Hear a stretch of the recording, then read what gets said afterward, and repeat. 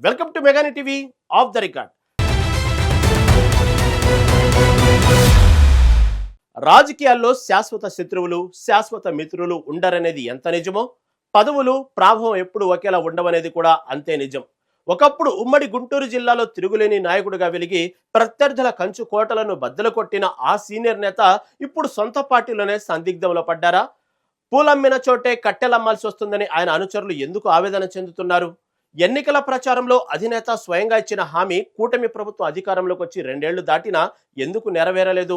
పెదకూరపాడు మాజీ శాసనసభ్యుడు కొమ్మాలపాటి శ్రీధర్ రాజకీయ భవిష్యత్తుపై ప్రస్తుతం జిల్లా వ్యాప్తంగా జరుగుతున్న ఆసక్తికరమైన చర్చ ఏమిటి?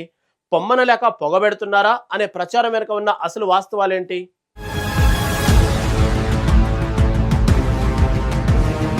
ఉమ్మడి గుంటూరు జిల్లా రాజకీయాల్లో కొమ్మలపాటి శ్రీధర్ ఒక ప్రత్యేకమైన ముద్ర వేసుకున్నారు. కాంగ్రెస్ పార్టీకి కంచుకోటగా ఉన్న పేదకురుపాడు నియోజకవర్గంలో తెలుగుదేశం జెండాను ఆయనే రెపరెపలాడించారు.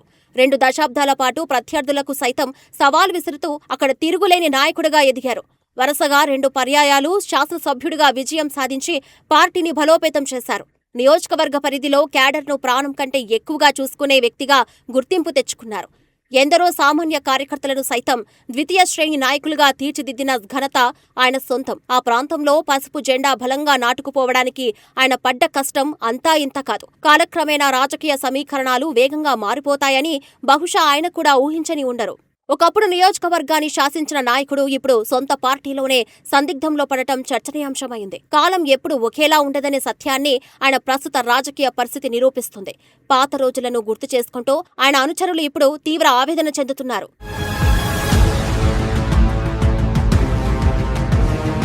గత సార్వత్రిక ఎన్నికల సమయంలో పేదకురుపాడు నియోజకవర్గంలో ఊహించని మార్పులు చోటు చేసుకున్నాయి. యువతకు ప్రాధాన్యత ఇవ్వాలనే ఆలోచనతో పార్టీ అధిష్టానం కొమ్మలపాటికి కాకుండా కొత్త అభ్యర్థికి అవకాశమిచ్చింది. 2 దశాబ్దాల సుదీర్ఘ సీనియారిటీ ఉన్నప్పటికీ ఆయన పార్టీ నిర్ణయాన్ని బేషరతుగా స్వాగతించారు.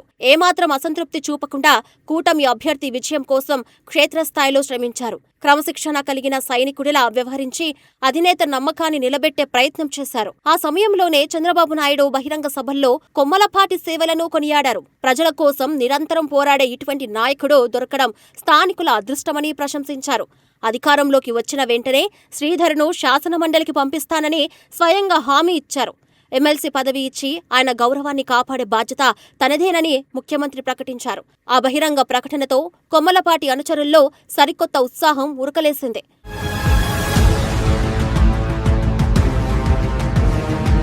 ఇక ఎన్నికల ఫలితాల తర్వాత కూటమి ప్రభుత్వం ఊహించని విధంగానే అధికార పీఠాన్ని అధిరోహించింది. వినుకొండ నుంచి గెలిచిన జీవి ఆంజనేయులు ప్రభుత్వ చీఫ్ విప్గా బాధ్యతలు చేపట్టారు. దాంతో అప్పటి వరకు ఖాళీ అయిన పల్నాడు జిల్లా తెలుగుదేశం పార్టీ అధ్యక్షతన పదవిని కొమ్మలపాటికే అప్పగించారు. దాదాపు 1 ఏడాది కాలం పాటు ఆయన ఆ పదవిలో ఉంటూ పార్టీ కార్యక్రమాలను సమర్థవంతంగా నడిపించారు. అయితే నియోజకవర్గ అభివృద్ధిపై దృష్టి పెట్టాల్సిన సమయంలో జిల్లా బాధ్యతలు మోయడం సవాల్గా మారింది. అయినప్పటికీ అధిష్టానం అప్పగించిన ప్రతి బాధ్యతను ఆయన చిత్తశుద్ధితో నెరవేరుస్తూ వచ్చారు. ఇటీవల పార్టీ ప్రకటించిన నూతన కమిటీల పునర్వ్యవస్థీకరణలో ఊహించని పరిణామం ఎదురైంది. జిల్లా అధ్యక్ష పదవి నుంచి ఆయన్ను తప్పించి వేరే నాయకుడికి ఆ స్థానాన్ని కేటాయించారు. కొత్త కమిటీలలో ఎక్కడా కొమ్మలపాటి పేరు కనిపించకపోవడం అందరినీ ఆశ్చర్యానికి గురిచేస్తుంది. ప్రస్తుతం ఎలాంటి అధికార పదవి లేకపోవడంతో ఆయన రాజకీయంగా ఒంటరి అయ్యారు. ఈ పరిణామాలను ఆయన వర్గీయులు జీర్ణించుకోలేకపోతున్నారనేది స్పష్టంగా అర్థమవుతుంది.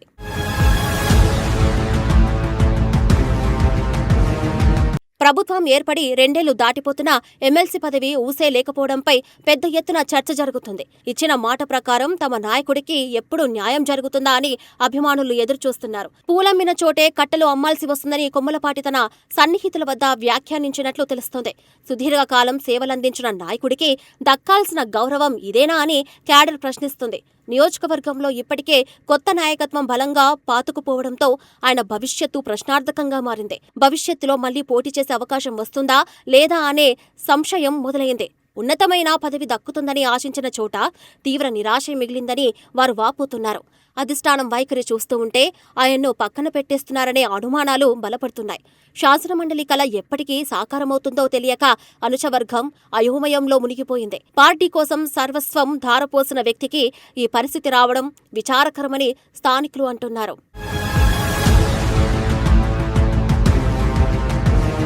పదవులు లేకపోవడంతో కొమ్మలపాటి శ్రీధర్ ప్రస్తుతం పార్టీ కార్యక్రమాలకు కాస్త దూరంగా ఉంటున్నారు.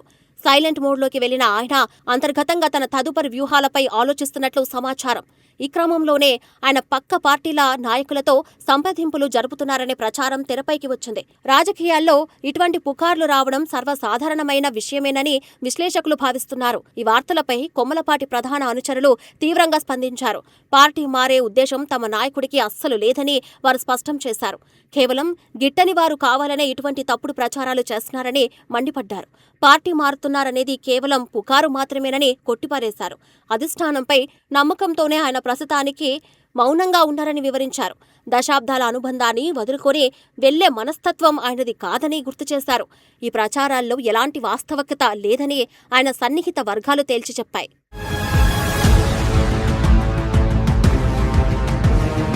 కొమ్మలపాటి వంటి సీనియర్ నేత అనుభవాన్ని ప్రభుత్వం సద్వినియోగం చేసుకోవాల్సిన అవసరం ఎంతైనా ఉంది. క్లిష్ట సమయాల్లో పార్టీని నడిపించిన ఇటువంటి నాయకులను గౌరవించుకుంటేనే క్యాడర్లో నమ్మకం పెరుగుతుంది. అధినేత చంద్రబాబు నాయుడు ఇచ్చిన హామీని త్వరలోనే నిలబెట్టుకుంటారని అందరూ ఆశిస్తున్నారు.